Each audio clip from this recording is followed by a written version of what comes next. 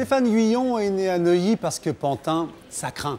Il a choisi l'humour noir pour ne pas être obligé de porter un slip kangourou sur ses affiches. Résultat, pour son spectacle En avant la musique, édité en DVD par M6 Vidéo, il donne une illustration tout emdoîtée de sa vision cynique et lucide du monde. Vous pourrez retrouver ce Desproges d'opérette, comme il se qualifie lui-même, au Bataclan du 16 au 19 janvier. Pierre Desproges, lui non plus, n'a jamais porté de slip kangourou, car il considérait qu'il s'agissait là d'un animal vicieux à tendance pédophile. La preuve, regardez comment il porte son enfant. On le voit, Stéphane Guyon était fait pour nous parler de Pierre Desproges. Oui, Pierre Desproges, je suis fasciné par son écriture, par le modernisme de cette écriture. Par exemple, j'étais juste cette petite phrase, tu vas comprendre. Ça se cite, Desproges. Ça se cite. Les étrangers basanés font rien qu'à nous empêcher de dormir en vidant bruyamment nos poubelles dès l'aube. Alors que tous les médecins vous le diront, le blanc a besoin de dormir. Ça, par exemple, tu vois, ça n'a pas pris une ride. Desproges, c'est une écriture incroyable et c'est aussi le sens de la déconnade. Tu vois, quand il y a cette fameuse célèbre bataille de boudin blanc chez avec Prévost. Aïe. Oh, oh, oh, doucement.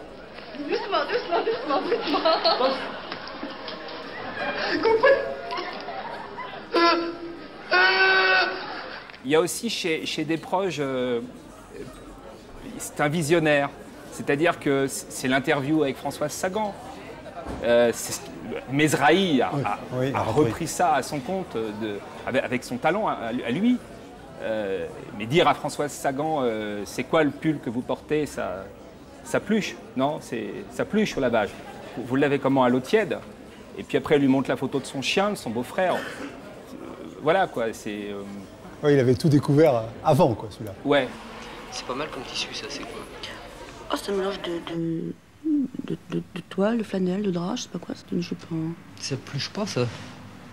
Non, ça bouge pas, c'est un tissu assez sec.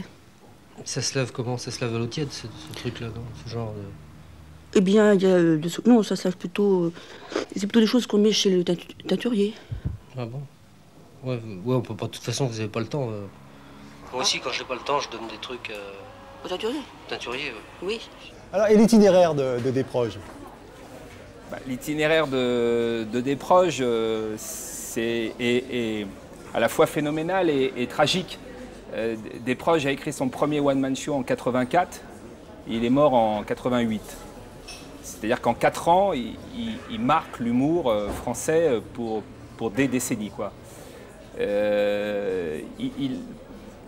Il connaît d'ailleurs son succès après sa mort, comme un grand peintre, finalement. Oui, il a quand même commencé au chien écrasé. Oui, il commence, il a une rubrique à l'Aurore, mais c'est une rubrique décalée. T'imagines bien qu'il ne parle pas des chiens écrasés à l'Aurore. Il se fait connaître comme ça. Après, il y a le France Inter, il y a le petit rapporteur avec Jacques Martin. Et puis... il y a le tribunal des flagrants délires. Des flagrants délires. Pour revenir à des choses peut-être plus... Je te racontais une anecdote. Je fais depuis des années un festival très important d'humour à Morges, en Suisse. Et c'est un monsieur qui s'appelle Jean-Marc Despont qui organise ça. Et il avait reçu Desproges. Et après mon spectacle, on va dans une brasserie, il y a une photo de Desproges au mur. Et pour la première fois dans le regard de Desproges, il n'y a rien. Il n'y a pas cette insolence, cette pétillance permanente qu'il avait dans l'œil. Et je dis à Jean-Marc Despont, je dis, mais c'est quoi cette photo? Il y a quelque chose qui me gêne. Et il me dit, écoute, c'est à 1 mois et demi avant sa mort. Il est venu jouer son spectacle à Morges. Il n'a pas pu jouer tellement physiquement, il était vidé. Et on est venu dîner ensemble en ayant annulé. Et tu vois, j'avais vu tout d'un coup, quand même, comme à un moment donné, le truc, malgré tout le courage qu'il a eu, le truc te rattrape.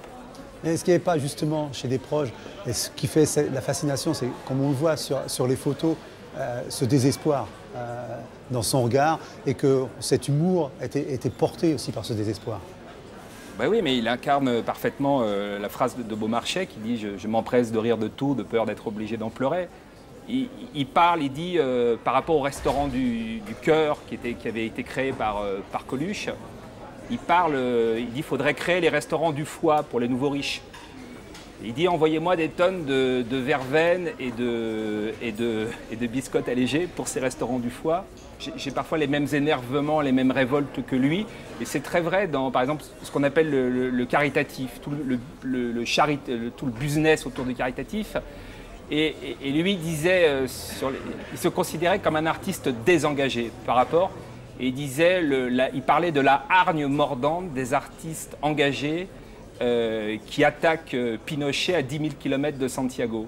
Mais il y a beaucoup de vrai. Quand Desproges est mort à 48 ans, alors qu'il venait juste de connaître le succès, sa dernière phrase, celle qu'il souhaite avoir en communiqué de presse, c'est « Desproges est mort, étonnant, non ». C'est-à-dire avoir encore ce sens de la dérision. Bon, il y a toutes les phrases sur parce que c'est étonnant, c'est comme ça qu'il terminait la minute de Monsieur. De Monsieur Cyclopède, oui. Étonnant, non. Étonnant, non. Donc il dit Desproges est mort, étonnant, non. Noël au scanner, Pâques au cimetière. Il disait j'ai tellement attendu mon concert que je vais quand même pas partir sans lui. Je vais quand même. Ouais, mais il y en a des tas comme ça où il dit aussi à un moment donné, il dit que l'avantage maintenant de la chimiothérapie et des traitements, c'est qu'on peut profiter de son cancer pendant 5 ans, alors qu'avant on n'en profitait que pendant quelques mois. Relire, écouter, voir Desproges. Ouais. Et Stéphane Hillon aussi. Merci.